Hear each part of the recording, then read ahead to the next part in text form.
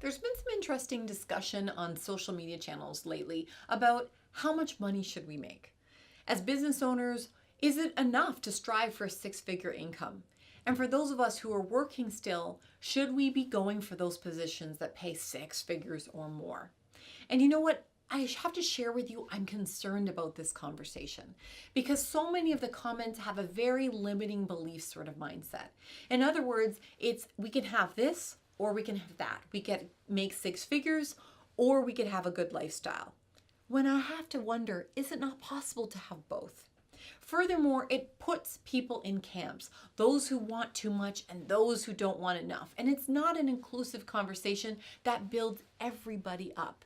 And also for us women, we have to be really careful because we already make less money than men. So if we're part of those conversations, how are we in fact getting in our own way as opposed to as a collective saying we all deserve to make what men make in the private sector working for ourselves? Or if we are working in a workplace, we all deserve to make what men make. So how can we raise everyone together? The opportunity this brings is, in fact, that we can have that very conversation.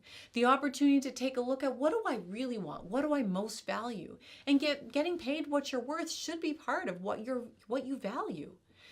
And so I want to share with you some of the secrets that I've learned from people who don't have to compromise what they make in their business or what they make in their income. And they also don't have to compromise having a healthy lifestyle and good relationships with their family. Because ultimately, that's what it comes down to, is people think that there has to be a trade-off. But what if, in fact, you can have it all?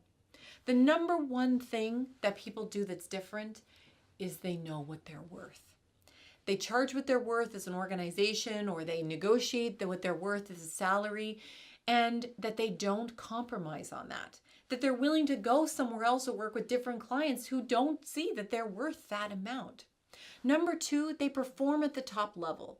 Connie Pradeska is a very famous speaker in the US, and she talks about, I'm a 10 out of 10 speaker. That's why I command the fees that I command. And sure, you could hire a 2 out of 10 speaker and pay less, but why would you want to?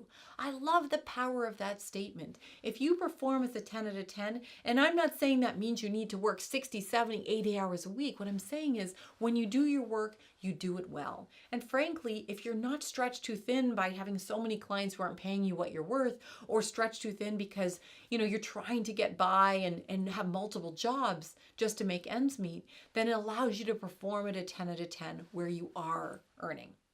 Number three is that leaders study the bottom line. And when I say leaders, it's people who are leading the way in that they get paid what they're worth. They know not just what they're making, in other words, what they make as in their salary or what their business is making as their top line revenue, but they also know what they spend. So what's left at the end of the day?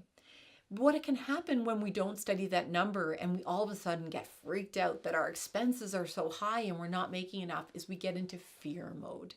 That we feel we can't go anywhere. We feel we can't ask our clients for more money. We feel we can't ask for a raise. We can't leave our organization in case we don't have security. And in actual fact, you can. Just make sure that you're aware on an ongoing basis what is your bottom line results. Number four, you hang around with top performers, other people who are living a great lifestyle, who are earning what they deserve, and they know what they're worth. And they will hold you accountable. They will say you deserve more than that.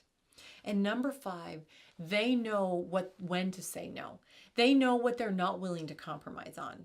For example, for me, I'm very clear in my own mind about the decision-making criteria. If somebody wants me to go lower than my fee, which I hardly ever do because that would not be fair to other clients, I have to be really sure it doesn't compromise and add more difficulty to my family, it doesn't impact my health and my fitness routine, that it doesn't mean that I'm going to be resentful of doing that work for that client at a different fee.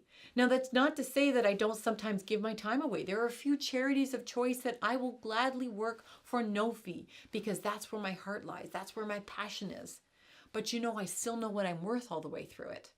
So what I want to implore you to do is to look at what you're making in your business, in your income, and to say, am I happy with this? And it's great if you are. I would be absolutely thrilled if everyone watching this video were so absolutely over the moon thrilled.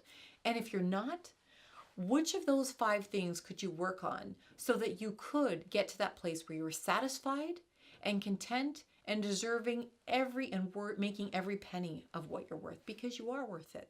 That is part of your greatness, and people are lucky to have access to your greatness.